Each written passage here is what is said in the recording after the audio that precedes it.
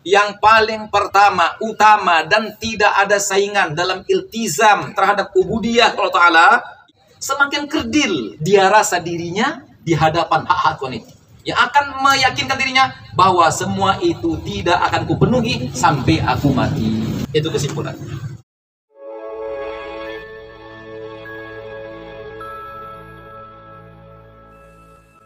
Bismillahirrahmanirrahim. Alhamdulillahirabbil alamin wa afdhalus salati wa atammu taslim ala sayyidina maulana Muhammadin wa ala alihi wa sahbihi ajmain wa ba'd.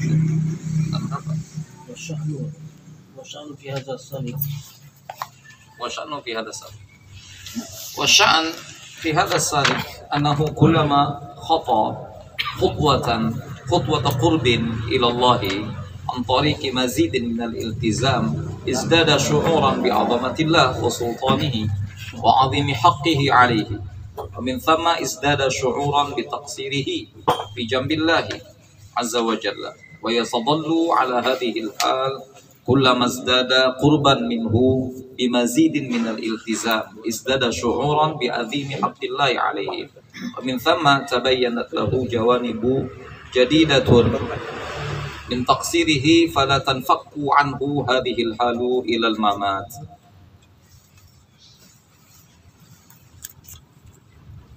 Ini kembali kita sedikit ke paragraf sebelumnya.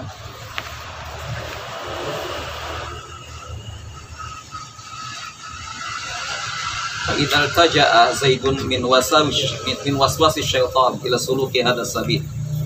Ubudiyah ya. Jadi apa yang kita sampaikan di pertemuan yang lalu bahwa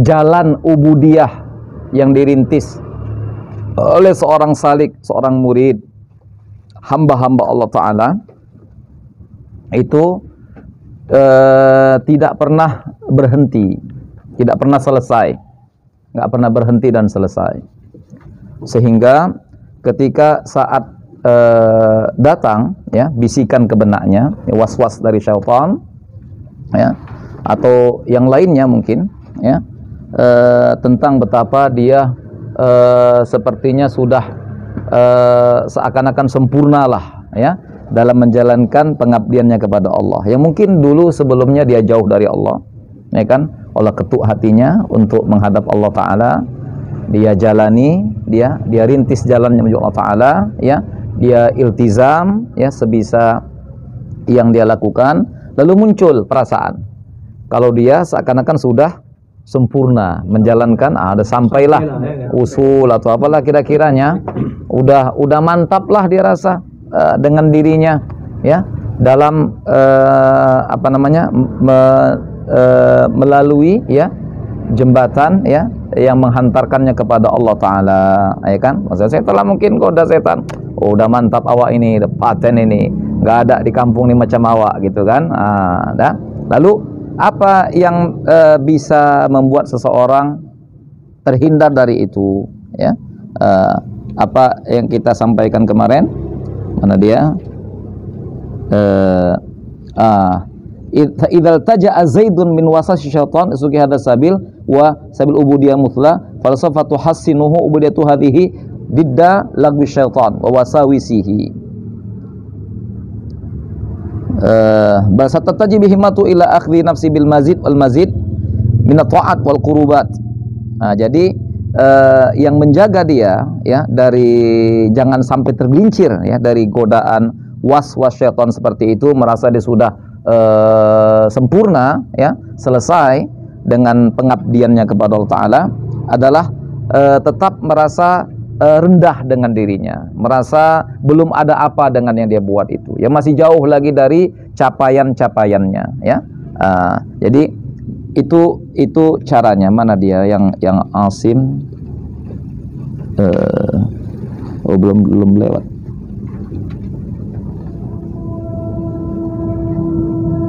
Ini as-sabil huwa ayakhudha nafsahu bihadzal ladzi yaqulu muta'illah yujibu waswasa syaitan qailan aina ana minal wusul ila sidatil qurbi. Mana orang seperti kuni udah sempurna, udah sampai, sudah selesai, mana pula masih jauh lagi. Aku baru melangkah. Itu. Jadi artinya seseorang harus menyadarkan dirinya bahwa betapa dia masih jauh dari apa yang seharusnya dia capai, ya. Masih jauh langkah yang dia tempuh begitu. Jangan merasa puas, cukup begitu, enggak begitu, ya. Jadi itu. Jadi selalu hadirkan betapa kita masih dalam banyak kekurangan, kealpaan, kelalaian, ya kan? Masih jauh dari Allah Ta'ala. Itu yang menyelamatkan seorang jangan tergelincir dari bujuk rayu setan yang dia hembuskan seakan-akan udah sempurna lah, udah mantap lah, udah hebat lah, udah wusul kepada Allah Ta'ala, ya. Kemudian kita lanjutkan.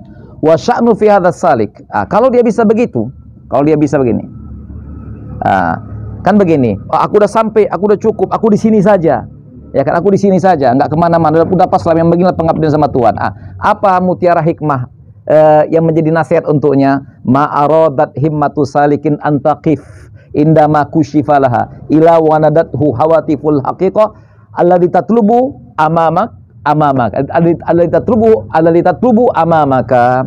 Jadi kita diingatkan oleh Allah Ta'ala, yang kau cari masih jauh lagi di depan. Jangan merasa cukup dan puas dengan yang kau sudah capai saat ini, enggak, masih jauh lagi. Itu. Jadi mutiara hikmah ini memberikan nasihat petuah kepada orang yang merasa sudah cukup, sudah hebat, sudah pas, sudah sampai, apalah kira-kira atas pengabdiannya kepada Allah Ta'ala. Dapat nasihat dari Ibnu Athaillah Sakandari, kalimatnya ma'aradat himmatu antaqif. Jadi kesungguhan seorang abdi kepada Allah Ta'ala itu tidak ingin berhenti, ya kan? Atas capaian-capaiannya, ya. Atas makushifalaha, apa yang disingkapkan Tuhan kepada orang tersebut. Melainkan datang nasihat petua, nadathu hawatiful haqiqah, datang nasihat dari Allah Ta'ala, datang bisikan, datang ilham, tuntunan dan wasiatnya, alladzi tatlubu amamak, yang kau cari masih jauh di depan. Masih jauh di depan, ya. Kalau andai kata mau mendapatkan mutiara, dia masih tepi pantai lagi dia. Masih tepi pantai lagi, mau cari mana itu? Ya, pengayuhnya itu apa namanya? Mana pengayuhnya? Mana kayuhnya, mana sampannya, masih banyak lagi dia. Mana sah? Dia mau cari permata. Kira-kira lah, yang mau carinya permata. Udah, dia tepi pantai, dia merasa aku udah sampai, aku udah cukup, aku udah puas aku. Kira-kira mungkin kira-kira. Orang jahil lah itu. Ya kan, masih jauh lagi yang mau dicarinya. Ya, jadi begitu, ya, itu nasihatnya. Nah, kemudian selalu tetap merasa seperti itu, ya. Lihat mutiara berikutnya, lihat paragraf yang tadi kita baca, di halaman 285. Allati tunadi ala haddi ta'bir ibn Athaillah rahimahullah, allati tunadihi qailatan innalladzi tatlubu min ridallah wa la yazalu ba'idan amamaka. Yang kau cari itu, ya, berupa ridho Tuhan, itu masih jauh lagi di depan. Qafadat bi himmatu ila ayyad yufa ila faradi sunnah. Sehingga dia terpanggil lagi untuk bagaimana dengan yang sudah ada ditambahnya lagi dengan sunnah-sunnahnya, dengan muakkad-muakkadnya, ya.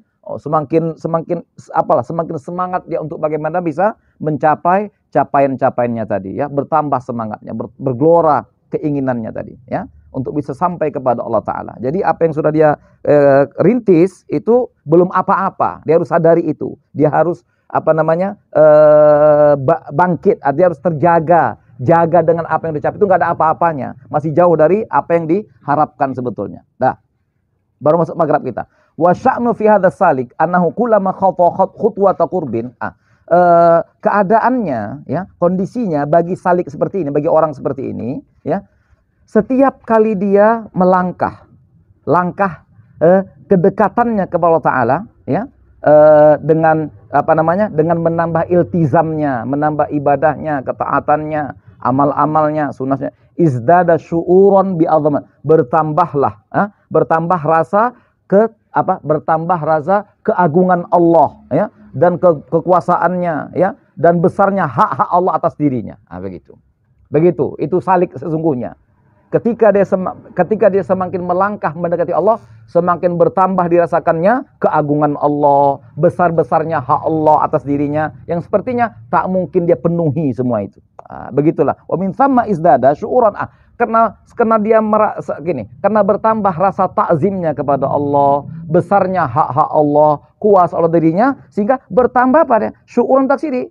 Bersama itu bertambah rasa teledornya dia, kekurangannya dia, ya, terhadap hak-hak Allah tersebut. Wa sallu ala hadhil hal, dan tetap akan seperti itu kondisinya, keadaannya. Kullama zdada qurban minhu dajjal iltizam idza syukran bi azimillah wa bi azimi haqqillah alaihi. Setiap kali bertambah kedekatannya kepada Allah, dengan iltizamnya bertambah pula rasa ta'zimnya kepada Allah taala.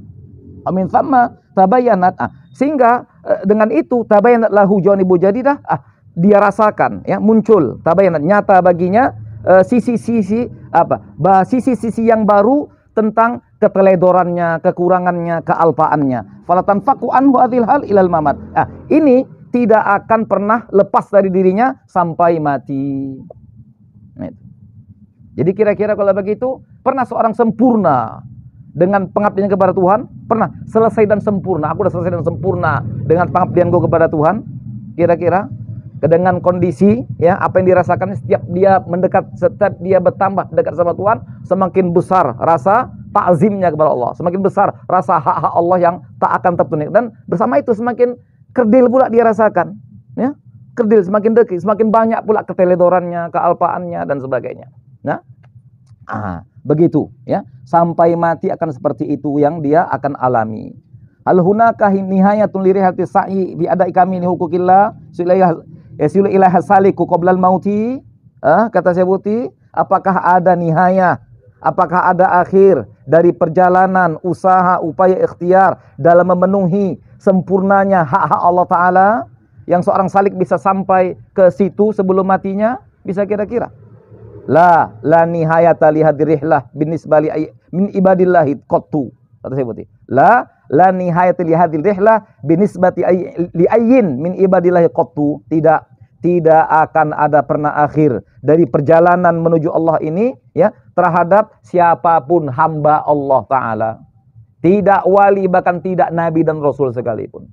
Nggak ada yang bisa merasa aku udah sampai sempurna kepada Allah semua pengabdian dalam hidup ini. Nggak ada. Lau amkana li nabiyyin awwaliyin ayasila ilaiha idzan la amkana lahu ayu addiya huquqallah alaihi kamilatan wala asbahat zimmatuhu bari'atan min afdalillahi alaihi faman wa mata wa kaifa yastati'u ayyu'tiqa nafsahu min ala illahi alaihi. Ya.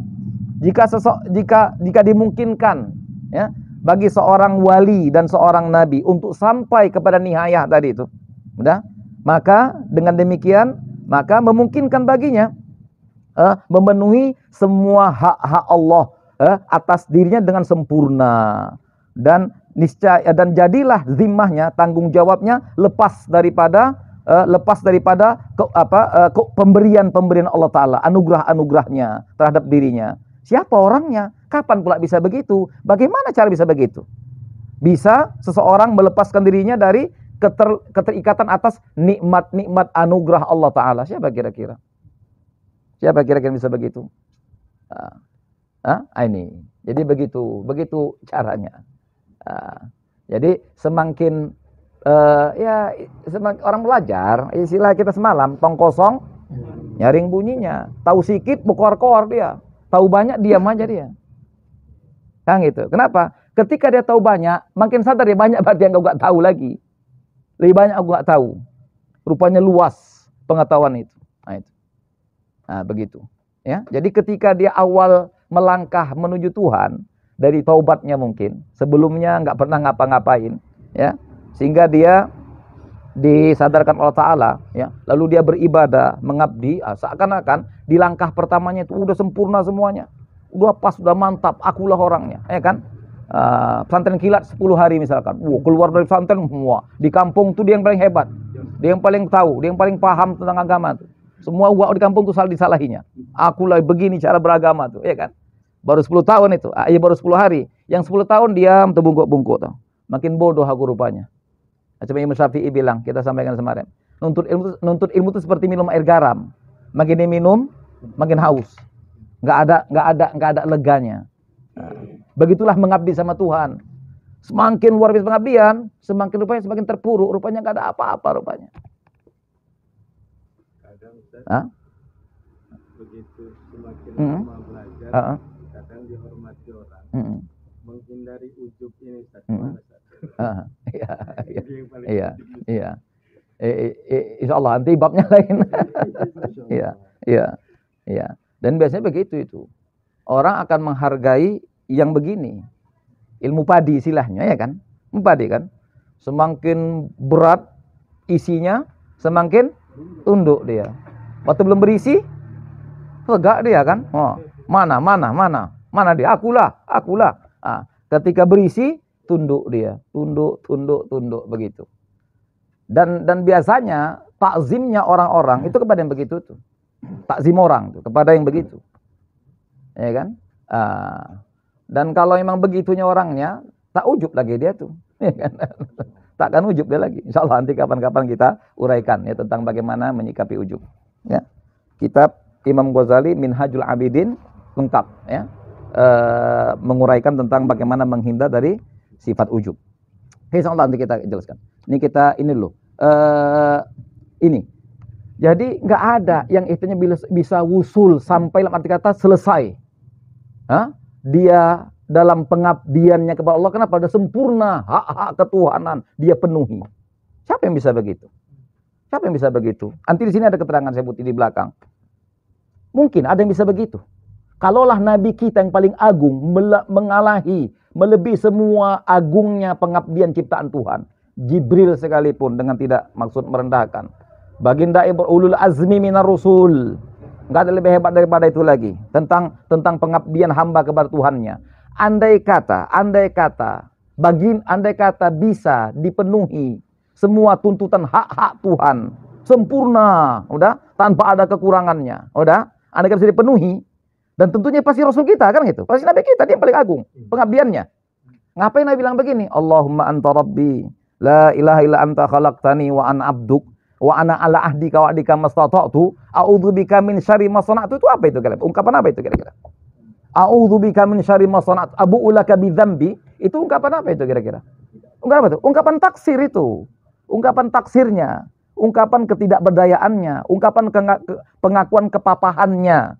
Kenapa? Di hadapan besarnya hak-hak Allah Ta'ala itu. Jadi kalau Nabi kita saja tetap merasa tidak mampu menyempurnakan ubudiyahnya sebagai bentuk penunaian hak-hak ketuhanan Allah Ta'ala, siapa yang lain bisa kira-kira? Siapa yang lain bisa kira-kira? Nabi mana lagi yang bisa? Rasul mana lagi yang bisa? Malaikat mana yang bisa kira-kira? Yang bisa begitu. Oh, Nabi kita aja nggak bisa. Ya?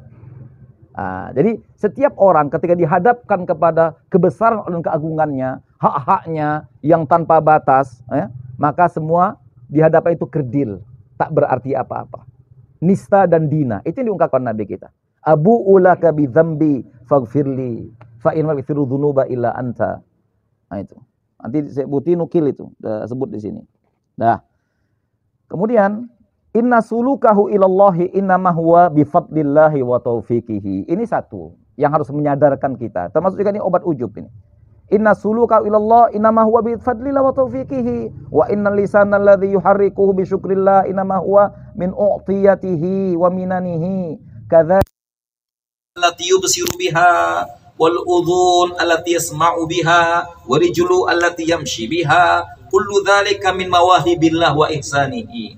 Wal quwwati allati biha yarka' wa yasjud baina yadayhi wal mal alladhi yatasaddaqu bihi wal aql alladhi yudriku bihi kullu dhalika minahun minallahi azza wa jalla. Idzan fa kullama izdada al-'abdu qurban ila Allah ta'ala bi istimalihi li hadhihi al-wasa'il allati akramahu Allah biha tazdadu minnatullahi alaihi wa yatarakamul mazidu min huquqillahi fi unuqihi fakulli kaifa wa anna yutahu li hadzal 'abdi ayuharrira nafsahu min huquqillahi wa afdalihi alaihi wa ayarqa ila halatin yuaddi bi fiha kamilal dhimami allati alaihi lillahi ta'ala duna taqsirin.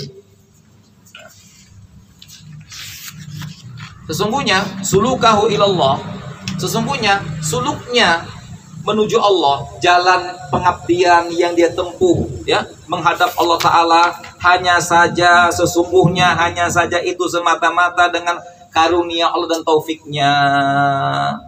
Nah, lihat taufiknya. Orang ujub tadi, dia kan dipuji, disanjung, diangkat, diterbangkan dia ke langit sama nyanjungnya.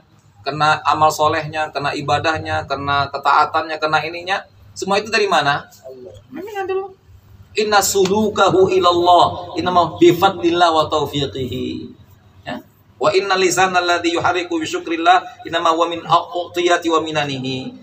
Lisan yang dia gerakkan untuk bersyukur kepada Tuhan, kepada Allah Ta'ala, itu adalah pemberian Tuhan, anugerahnya. Kadzalikum, demikian juga dengan mata yang dia gunakan untuk memandang, telinga dia gunakan untuk mendengar, kaki yang buat ini melangkah. Semua itu adalah pemberian Tuhan dan kebaikan Tuhan. Quwwatul lati biharka, kekuatan ya yang dia miliki, yang dengan itu dia rukuk dan sujud di hadapan Tuhannya, harta yang dibersedekah dengan itu semua, akal yang dia bisa memahami sesuatu, itulah pengabdian. Atau rupanya kebaikan tanpa ini, tanpa akal, tanpa indera, tanpa anggota tubuh, kebaikan dari itu. Kebaikan yang mana kira-kira? Apa kebaikan? Sholat, puasa, haji, umroh, zakat, zikir, Quran, apa lagi? Itulah kebaikan. Ada apa yang bisa kebaikan tanpa ini semua? Tanpa akal, tanpa anggota tubuh, tanpa indera, tanpa kekuatan dan taufik dari Allah untuk itu. Kira-kira bisa semua itu diluruskan. Kullu dzalika minahun minallah. Semua itu adalah pemberian Allah, pemberian dari Allah Ta'ala. Idzan fa kullamazdada. Dengan demikian, tiap kali bertambah sang hamba kedekatannya kepada Tuhan dengan menggunakan semua sarana-sarana yang Allah berikan kepada dia tadi. Akalnya, hatinya, anggota tubuhnya, indranya, maka apa? Tazdadu minatullah, maka bertambahlah anugerah Allah kepadanya yang harus disyukuri. Minah itu artinya kesadaran akan pemberian Allah Ta'ala kepada kita. Bertambahlah itu. Wa yatarakumul mazid, maka bertumpuk-tumpuk tambahan hak-hak Allah lainnya kepada di pundaknya. Fakulli. Setelah itu coba sampaikan kepadaku. Kaifa wa anna, bagaimana gerangan memungkinkan bagi hamba ini untuk melepaskan dirinya dari belenggu hak-hak Allah dan anugerah karunia atas dirinya. Wa yarqa ila halatin, sampai dia kepada posisi, kondisi atau keadaan dia sampai dia kepada posisi di mana telah menyelesaikan semua sempurna tanggung jawab yang Allah letakkan pada pundaknya tanpa ada kurang sedikit pun. Siapa orangnya? Siapa orang bisa begitu? Mana orangnya? Tunjukkan orangnya. Tunjukkan orangnya. Kalau Rasulullah saja menyapa Allah dengan kalimat tadi, Abu ulaka bidzambi. Setelah Rasulullah mengucapkan kalimat itu, siapa orangnya lagi yang bisa menyempurnakan pengabdian sama Tuhan? Siapa lagi kira-kira orangnya? Siapa lagi? Ketika Nabi kita saya bilang begitu, Abu ulaka bidzambi faghfirli fa innahu la yaghfiru dzunuba illa anta.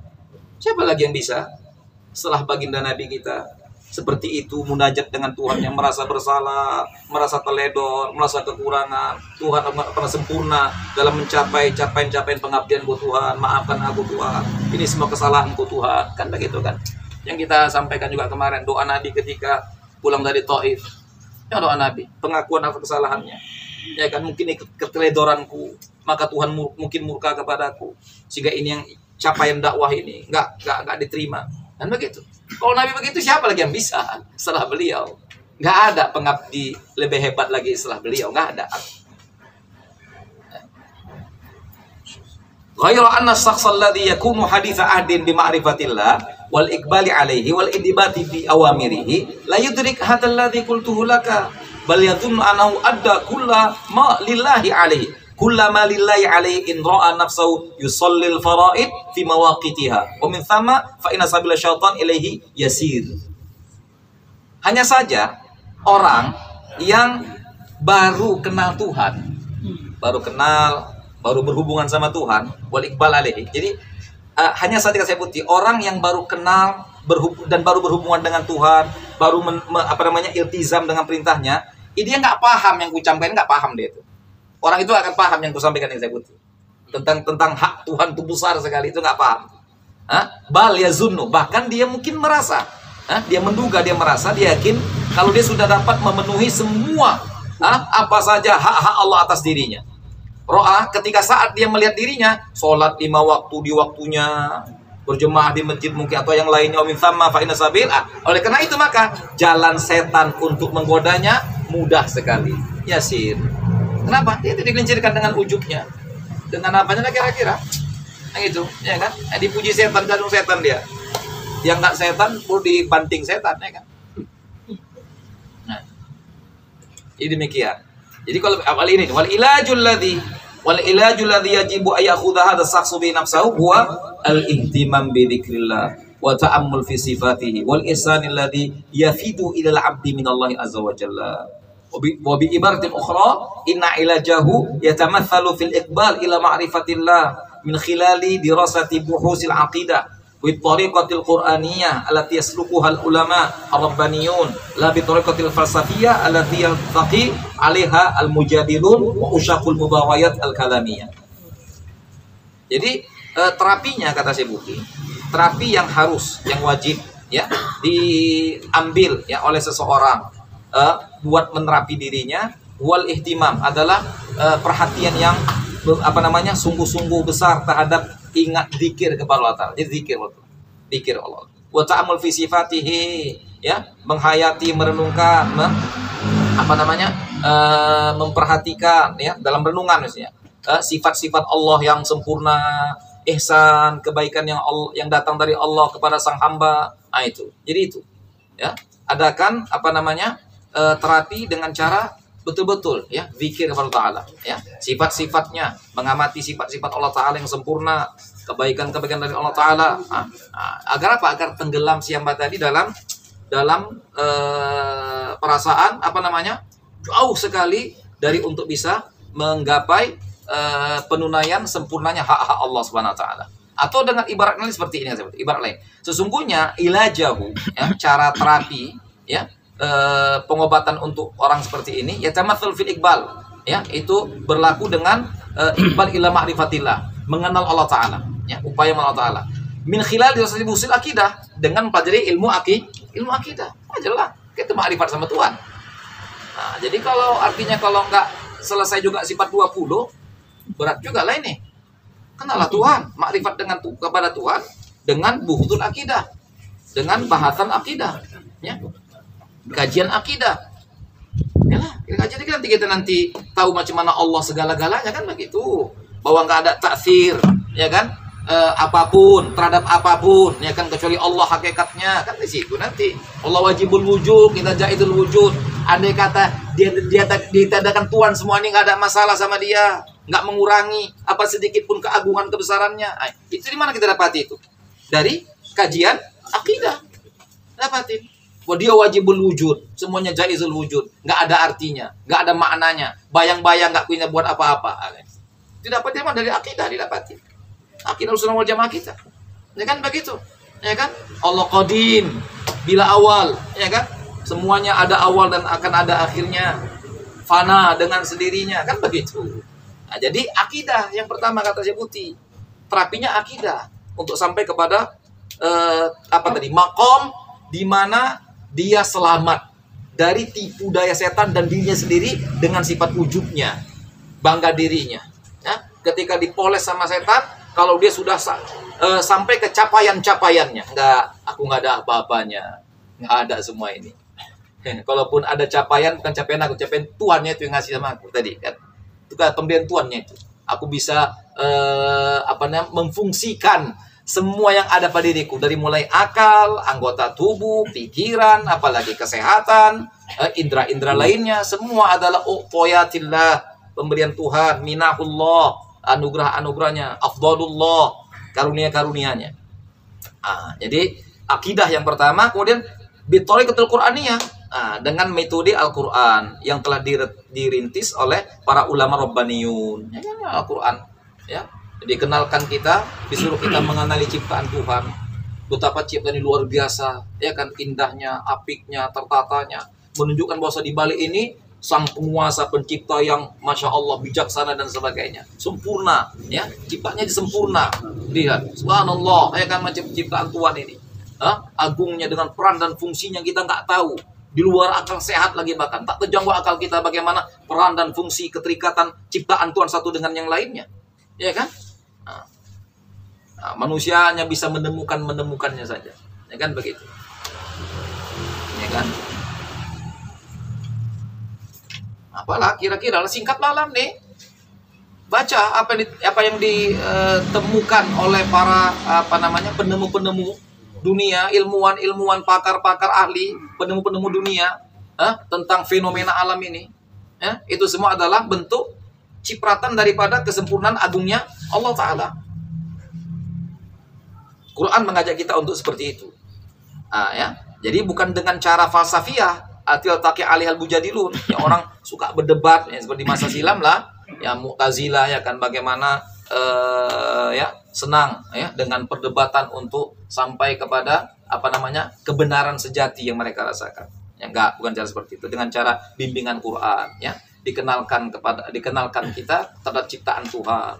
Ya, amati ciptaan Tuhan, betapa agungnya, Masya Allah. Diri kita yang paling luar biasa ciptaan Tuhan. Mana pula daripada yang lain, kita yang paling luar biasa. Wa fikan tawal alam kullu. Apa yang semalam kita pernah baca? Dan pada dirimu tersimpan semua ciptaan Tuhan itu. Bayangkan, di diri kita semua ciptaan tersimpul dalam diri kita. Semua ciptaan Tuhan. Kenapa? Ciptaan Tuhan cuma dua, zahir sama ghaib, zahir batin. Ciptaan Tuhan cuma itu, zahir batin. Kalau disimpulkanlah, zahir ini, batin yang gaib yang kita nggak nampak, nggak terjangkau sampai indera kita. Dua-dua ada sama kita. Jadi wafikan tawal alamu kullu, pada dirimu tersimpul semua ciptaan Tuhan, dari A sampai Z-nya.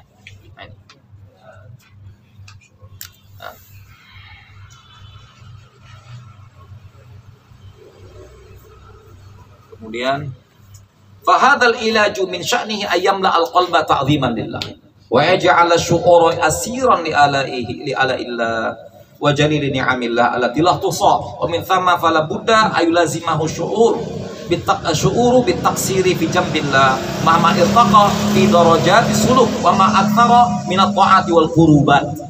Ya. Ilaj ini, terapi ini, pengobatan seperti ini, ya, pengobatan seperti ini itu min sya'nihi, kerjanya itu, ya, perannya itu ayyamla al-qalba, memenuhi hati ta'zim kepada Allah Ta'ala, akan memenuhi hati kita rasa ta'zim kepada Allah Ta'ala dan menjadikan perasaan itu selalu asir, asir itu macam tawanan, tertawan, menjadikan perasaan itu tertawan terhadap nikmat-nikmat Allah dan besarnya karunia-karunianya yang tak terbatas, tak terhingga. Minta oleh karena itu, fala budda ilazima syu'ur, maka karena itu, maka dirinya, orang itu akan dilazimi dengan perasaan taksir terhadap Allah Ta'ala, terhadap hak Allah Ta'ala.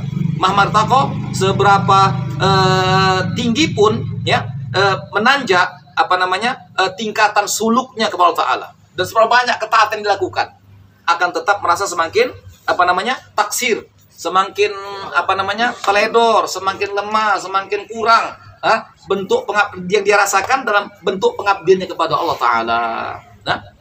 Wandur ila ma kana alaihi Rasulullah. Perhatikan, wandur ila ma kana alaihi Rasulullah sallallahu alaihi wasallam alladzi kana madriba atau madrabal mathali fil iltizam bi awamirillah wa syukrihi wa adai huquqihi laqad kana ala ragmi min kulli dhalika ya'udu ila nafsihi fayara nafsahu muqassiran fi syukrillahi mutahawinan fi adai huquqihi mutalabbisan bidzambi mughilan fil ghaflati 'anillah fayuhra ila al-istighfar kama law kana wahidan minal usab al-mu'ridin 'anillahi fi'lan ilaika fasma istighfarahu hadha alladhi kana yunaji bihi rabbahu azza wa jalla Allahumma anta rabbi la ilaha illa ant khalaqtani wa ana abduk wa ana ala ahdika wa wa'dika mastata' a'udhu bika min syarri ma sana'at abu'u laka bi ni'matika alai wa abu'u bi dhanbi faghfirli fa innahu la yaghfiru dhunuba illa ant.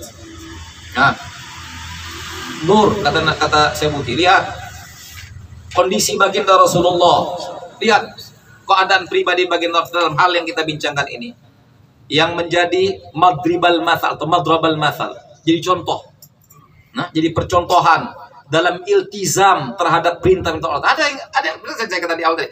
Ada yang lebih hebat iltizam sama perintah Tuhan, pengabdian sama Tuhan. Apa ada dengan tidak merendahkan Nabi Rasul yang lain? Apa ada yang lebih hebat iltizam atas ubudiyah kepada Tuhan selain baginda Rasulullah sallallahu alaihi wasallam? Nabi Adam mungkin, Nabi Nuh, Nabi Idris, Nabi Saleh, Nabi Ibrahim. Siapa kira-kira? Siapa kira-kira? Siapa kira-kira yang bisa? Kalau semuanya pernah mengatakan, jangan aku malu sama Tuhan, yang lain aja lah. Ilaika anni, nafsi, nafsi. Bukankah itu taksir mereka kepada Allah ketika di dunia? Hadis syafaat, hadis syafaat uzma, hadis mahsyar. Nafsi, nafsi, jangan aku, yang lain lah, jangan aku. Berarti apa itu? Semua meraku muqassir di dunia ini sama Tuhan, merasa bersalah, bahkan menyampaikan lagi rasa salahnya. Aku pernah dusta sama Tuhan, kata Nabi Ibrahim, ya kan? Jangan aku lah, aku pernah melanggar perintah Tuhan. Lain aja lah. Nuh, kau cuma Nuh, aku pun gak cocok juga, aku minta maaf juga. Doakan pula umatku tenggelam. Jangan aku lah, malu ke Tuhan. Yang lain aja lah, tolonglah yang lain. Ibrahim, Abul Anbiya, jangan aku. 3 kali kau bohong aku. Gak enak juga, walaupun bohongnya cecek, tapi tak enak juga sama Tuhan. Ya kan? Siapa lagi kira-kira? Oh, Isa alaihissalam. Isa alaihissalam. Mana Isa? Janganlah aku pula kalian bilang aku dituankan orang gara-gara jelbau nyoman aku deh kan. Jadi siapa lagi kira-kira? Ketika diminta apa jawabannya? Analaha, biar aku. Kan kata Nabi kan? Analaha. Aku dia, biar aku minta sama Tuhan. Jadi nggak ada yang lebih hebat. Iltizam dalam ubudiyah kepada Tuhan selain baginda Muhammad kita. Tapi lihat apa yang disebut baginda Nabi kita. Lihat ini. Mana dia? Laqad kana ala raqmi min dzalik. Walaupun seperti itu diri beliau, yang paling pertama, utama dan tidak ada saingan dalam iltizam terhadap ubudiyah Allah Ta'ala, ya'udu il nafsihi. Beliau menatap dirinya, melihat dirinya, fayara nafsahu. Dia kembali kepada dirinya, dia lihat dirinya muqassiran fi syukrillah, mutahawinan fi adahuqihi. Beliau merasa teledor, merasa masih jauh dari syukur kepada Allah, terlena dari memenuhi hak-hak Allah Ta'ala, melakukan serangkaian dosa dan kesalahan, mutalabbisan bidzambi, mughilan fil ghaflah, jatuh dalam kelalaian dari Allah Ta'ala, fayuhra ilal istighfar, sehingga mendorong beliau untuk istighfar, sebagaimana salah seorang dari kita pelaku maksiat yang berpaling oleh betul seperti itu. Yang gini, Rasulullah kepada Allah tuh seperti pelaku maksiat kita, gitu, perasaannya. Gimana pelaku maksiat kita? Bagaimana perasaan pelaku maksiat ketika dia sadar merasa bersalah kepada Tuhan? Rasulullah lebih dari itu rasa bersalah sama Tuhan. Rasulullah lebih dari itu rasa bersalahnya kepada Tuhan. Mana buktinya? Ini kalimatnya. Allahumma anta rabbi, la ilaha illa anta khalaqtani. Ya Allah, engkaulah Tuhanku. Aku nggak punya Tuhan yang lain. Engkau Tuhanku. La ilaha illa anta. Nggak ada Tuhan sendiri. Khalaqtani, kau yang menciptakanku, kau yang menjadikanku. Dari itu aja sudah cukup sebetulnya. Kau yang menciptakanku, sehingga nggak pantas aku teledor sebetulnya hidup ini. Kau penciptaku, kok bisa-bisanya aku teledor dari dirimu? Nah, kau penciptaku, khalaqtani wa ana abduk. Karena kau penciptaku, Tuhanku, ya aku nih hambalah, kacaumu Tuhan, hamba dan kacaumu Tuhan. Bukan siapa-siapa aku. Aku hambamu yang dina dalam diri seorang hamba. Mudah? Wa ana ala ahdika wa wa'dika mastata'tu. Dan aku akan berusaha untuk memenuhi janji setiaku kepadamu semampuku. Tapi apa daya, aku manusia biasa yang tak lepas dari segala kekurangannya. Sehingga aku sampaikan kepadamu, a'udzubika min syarri nafsi, a'udzubika min syarri ma sana'tu. Oleh karena itu Tuhan, kan aku ini manusia yang biasa, akan selalu kerdil di hadapan besarnya hak-hak ketuhananmu. Maka aku kembali, aku berlindung dengan dirimu dari semua buruk perbuatanku. Buruk perbuatan Nabi.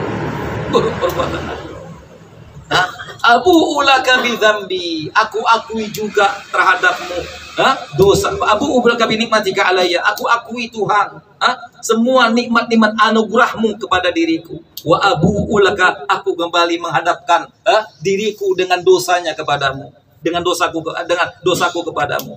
Aku hadapkan. Faghfir, oleh karena itu sudilah kiranya engkau mengampunkan diriku Tuhan. Fa innahu yaghfiru, sungguhnya tidak ada yang dapat mengampuni dosa-dosa kecuali dirimu. Lihat ini ungkapan apa ini? Ungkapan apa ini? Ini ungkapan muqassir. Ungkapan orang yang merasa di hadapan Tuhan dia nggak ada apa-apanya.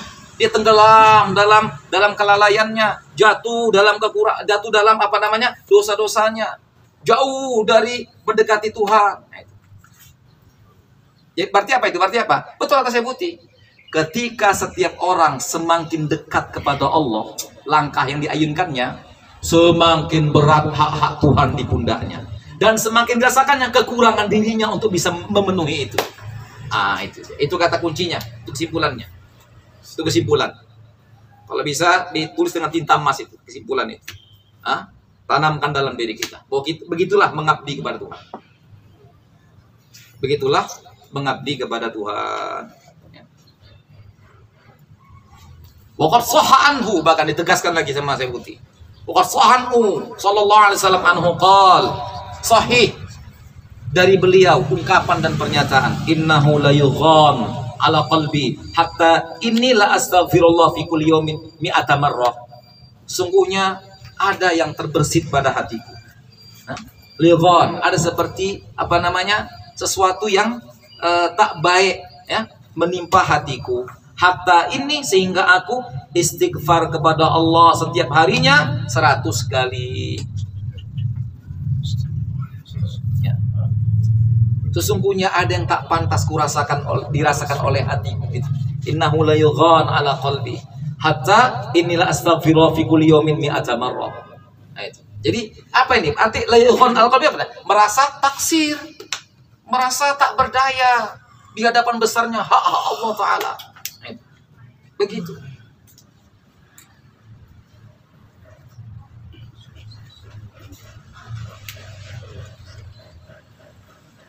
Seperti macam mana hubungannya, sama juga yang sering kita contohkan, seperti hubungan seorang anak dengan orang tuanya.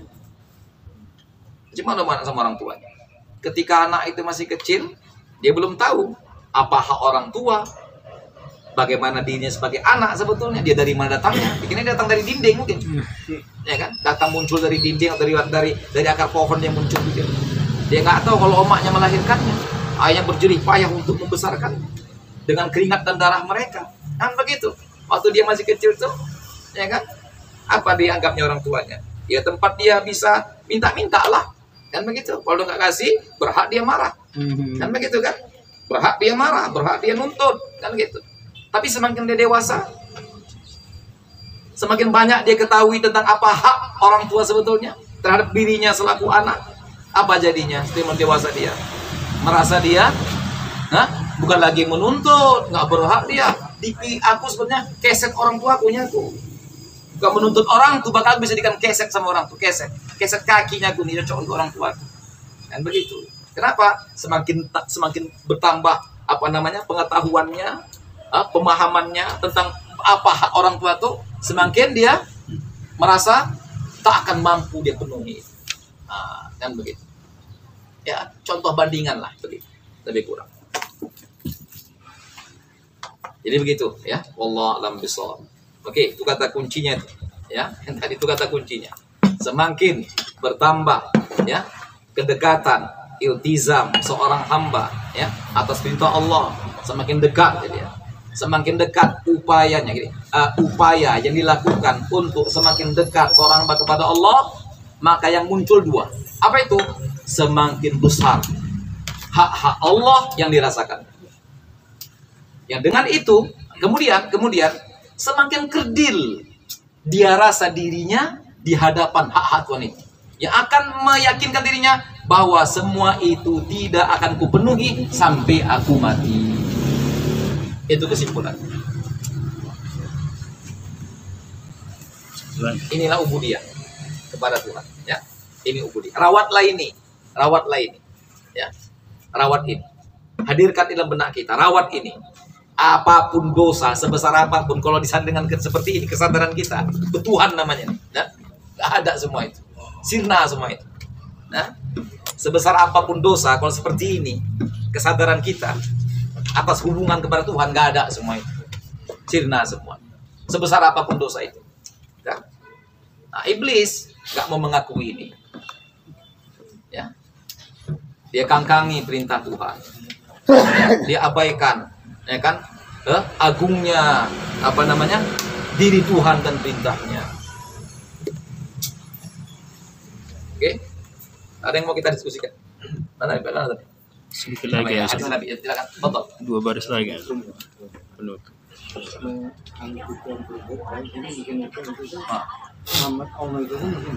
Iya.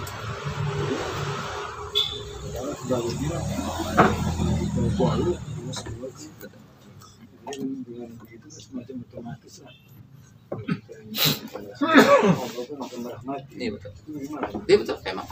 Ya betul, Allah berikan. Tapi gini, Allah berikan kepada kita semakin dekapan kasih sayangnya, curahan rahmatnya, kan begitu. Ya. Nah, di antara hakikat dekat kasih sayang Tuhan atas ikhtiar usaha kita melangkah kepadanya, mendekatinya. Ya, rahmat sejati yang Tuhan berikan kepada kita, dekat kasih sayangnya, diterimanya ahlan wa sahlan hambaku. Kau dekati diri, kau mendekat kepadaku, ku gapai tanganmu, ya kan? Ku sentuh hatimu, ku dekap dirimu. Nah, di antara bukti itu, inilah dia. Allah rasakan sama dia semakin besarnya hak-hak ketuhanan dirinya. Allah buat lemah kita untuk rasa yakin bisa memenuhi semua itu. Itulah rahmat Tuhan sebetulnya. Itu rahmat Tuhan sebetulnya. Ada kata begini, macam mana? Apakah rahmat seperti ini? Kan? Kita makin dekat ini, lalu yang dirasakan seorang hamba begini, setelah dekat sama Tuhan rasanya gini. Perasaan dirasakannya karena rahmat Tuhan itu, ya aku dekat ini, rahmat Tuhan itu kurasa sambil dekat, berarti di kampung ini yang paling banyak rahmat Tuhan tuh rasanya untuk aku lah, untuk aku lah rasanya. Kira-kira yang mana kira-kira bonus rahmat tadi? Bonus rahmatnya yang mana kira-kira? Apa yang begini? Rasa di kampung ini aku lah yang paling banyak rahmat tuh kurasa dari Tuhan, ya. Sehingga kalau misalkan dibuat angket lah siapa yang paling dekat sama Tuhan sekarang nih oleh malaikat, kurasa akulah di 10 besar agaknya. Kira-kira yang betul-betul rahmat Tuhan jadi anugerah Tuhan sama dia yang mana kira-kira? Perasaan tadi paling banyak dapat rahmat Tuhan sehingga paling tinggilah makom yang dirasakannya di antara yang lain, atau yang tadi semakin rahmat Tuhan mendekapnya, semakin limpahan kasihnya itu memeluknya, semakin dirasakan besar kali hak-hak ketuhanan yang tak bisa kupenuhi. Sampai mati beginilah cerita ini. Sehingga dia tetap merasa seakan-akan dia diselubungi dengan dengan kubangan kesalahannya, kealpaannya, mukos taksirnya, keteledorannya begitu. Justru itulah, jadi ini nih perasaan tadi itu yang tadi merasakan bahwa besarnya hak Tuhan yang tak akan terpenuhi dan lemahnya diri kita untuk bisa memenuhi itulah diantara buah daripada langkah dekatnya kepada Tuhan. Itulah buah terbaik yang dipetik seharusnya. Itulah buah yang terbaik yang didapatkannya dengan upaya dan mendekati Allah Ta'ala. Begitu. Nah,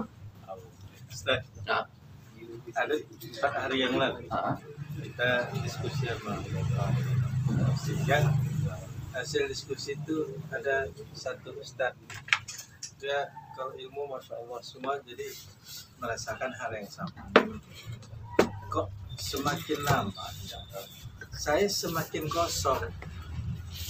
Saya tahu orang ini ibadahnya alhamdulillah, dan di beberapa orang diskusi itu alhamdulillah, tapi ada muncul kali, kok saya semakin kosong. Apakah itu yang disebut muqassir? Atau cuma gini, semakin kosong tadi perasaan gini. Kalau kosong itu maknanya perasaan masih merasa lalai, merasa jauh, ya kan? Merasa belum bisa ya memenuhi hak ketuhanan. Baguslah itu. Kalau itu perasaan kosong tadi itu, bagus sekali lah itu. Merasa artinya belum ada apa-apa dengan semua ibadah yang dilakukannya selama ini. Baguslah itu. Jadi nggak merasa ada apa-apa ya dengan semua yang telah dia usahakan, ikhtiarkan, jalani dengan iltizam kepada perintah-perintah Allah Ta'ala. Itu baguslah kalau begitu. Tapi kalau begini misalkan, artinya dia ibadah, cuma nggak merasakan apa-apa efek dari ibadahnya. Itu kalau gitu lain lagi, nggak ada rasa-rasa, hampa rasanya. Kalau taksir itu kan itulah yang paling luar biasa, itulah perasaan yang luar biasa. Kalau ini perasaan yang apa itu? Rasa dekat, tapi rasanya aku nih begini. Ini yang memang diinginkan, seperti ini. Tapi kalau yang di ibadah nggak ada apa-apa, nggak nambah kedekatan, nggak merasakan yang tadi gitu. Jadi arti kosong tuh nggak merasakan itu, nggak dapat seperti kenikmatan, nggak dapat seperti kedekatan itu, nggak dapat apalah, pokoknya nggak merasa sama sekali lah. Mungkin kalau begitu ada yang nggak sinkron antara ibadah yang dikerjakannya itu dengan bagaimana dia melakukannya, mempersembahkannya kepada Allah Ta'ala. Ya, jadi mohon maaf ini ada yang nggak sinkron antara hatinya dengan amal perbuatannya itu. Ada yang nggak sinkron itu. Jadi itu sinkron. Bagaimana sinkron? Inilah ubudiyah tadi itu kepada Tuhan, ya kan? Bukan artinya saya menjelaskan ini saya sudah menjelaskan, bukan. Semua kita belajar. Kita semua meniti dan belajar ini untuk bisa bagaimana. Gini, tadi saya sudah sedikit menyingkap tentang siapa itu. Bina hubungan kepada Allah, langkah baik dalam membina hubungan kepada Allah sehingga bisa mencapai capaian seperti tadi ini. Ya, udah tinggi kedekatan tapi merasa rendah sekali. Itu pertama apa? Kenali Allah melalui buhuthul akidah, kajian akidah Islam kita. Kira-kira mohon maaf saya yang bersangkutan atau siapa saja paham nggak dengan wajibul wujud? Apa maknanya bagi Allah Ta'ala? Dan jaizul wujud kita ini? Udah? Nah, kemudian paham nggak dengan kudrat iradat Allah yang meliputi segala-galanya? Bahwa dengan kudrat iradat itu nggak ada taksir terhadap apapun, bagi apapun terhadap yang lainnya. Bahwa api tidak membakar, bahwa makanan tidak mengenyangkan. Itu kira-kira mohon maaf saya apa sudah pernah dipelajari untuk dipahami dan diyakini. Lalu setelah itu semua coba baca yang lain-lain tentang agungnya Allah. Andai kata semua anak Adam hatinya seperti hati orang yang paling atqa qalbi rajulin minkum, itu kan? Tadi Nabi kan? Kita lakukan sederhananya. Andai kata semua manusia dari zaman Adam sampai kiamat dunia ini, semua jiwa hatinya seperti baginda Rasul, tidak menambahkan sedikit pun kemuliaan diriku, kata Tuhan. Dan sebaliknya, andai kata semua seperti iblis, hatinya tak mengurangi keagunganku. Kira-kira pernah nggak itu dibaca untuk diresapi? Ya, didasarkan dengan kajian akidah tadi itu, bahwa Tuhan tuh cemana kita kata absolut, kita ini nggak ada apa-apanya. Andai kata dibinasakannya semua ini, nggak ada masalah sama dia, nggak mengurangi sedikit pun kebesaran keagungannya. Kita jaizul wujud, sejatinya nggak ada kita ini.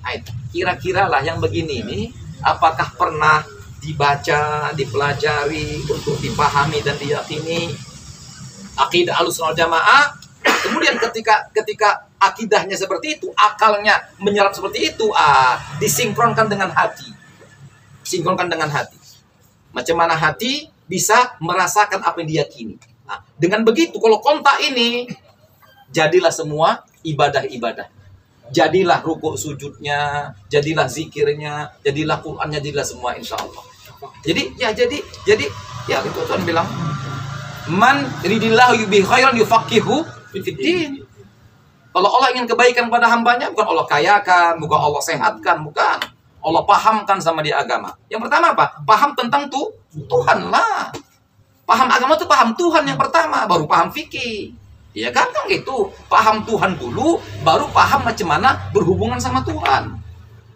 Mohon maaf saya yang ini yang kita sampaikan singkat ini kira-kira pernah nggak dibaca, pernah nggak dipelajari, pernah nggak diketahui untuk diyakini dan diresapi dengan jiwa. Jadi ubudiyah kepada Tuhan itu adalah keyakinan yang benar sinkron dengan apa yang dirasakan oleh hati.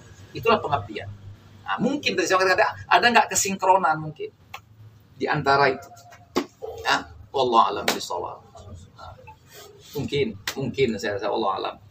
Ya saya sampaikan teori Yang saya sampaikan ini pernah saya mempraktekannya, belum tentu. Saya teorinya, ini teorinya begitu kata ulama. Inilah tasawuf. Apa tasawuf itu? Meresapi apa yang diyakini. Itu tasawuf hakikatnya. Meresapi apa yang diyakini. Yakin Tuhan segala-galanya. Dia penguasa terhadap diri kita. Kita nggak ada apa-apanya di hadapan kebesarannya. Kita hamba yang nista, dina. Itu. Macam mana merasakan itu atas keyakinan seperti itu? Itulah tasawuf. Mensinkronkan perasaan dengan keyakinan. Nah, kalau dapat itu, kalau dapat klop dia kontaknya, dapat frekuensinya, jadilah insya Allah. Jadi wali itu. Nah, ya paling nggak tingkat-tingkat medan dulu lah sebelum dunia. Nah, sebelum menjadi Syekh Nurjilani, ya di tingkat-tingkat itu jadilah dulu kan. Tingkat-tingkat kecamatan, ya kan, naik ke provinsi, ya kan gitu. Nah, jadilah. Tapi itulah teorinya. Itu teorinya. Kan begitu. Tazkiyah kan. Nah, tantangan dari Tuhan. Ini tantangan. Tantangan ini tantangan sebetulnya. Inilah hidup. Tantangan pengabdian. Mewujudkan pengabdian yang terbaik kepada Allah Ta'ala. Wallahu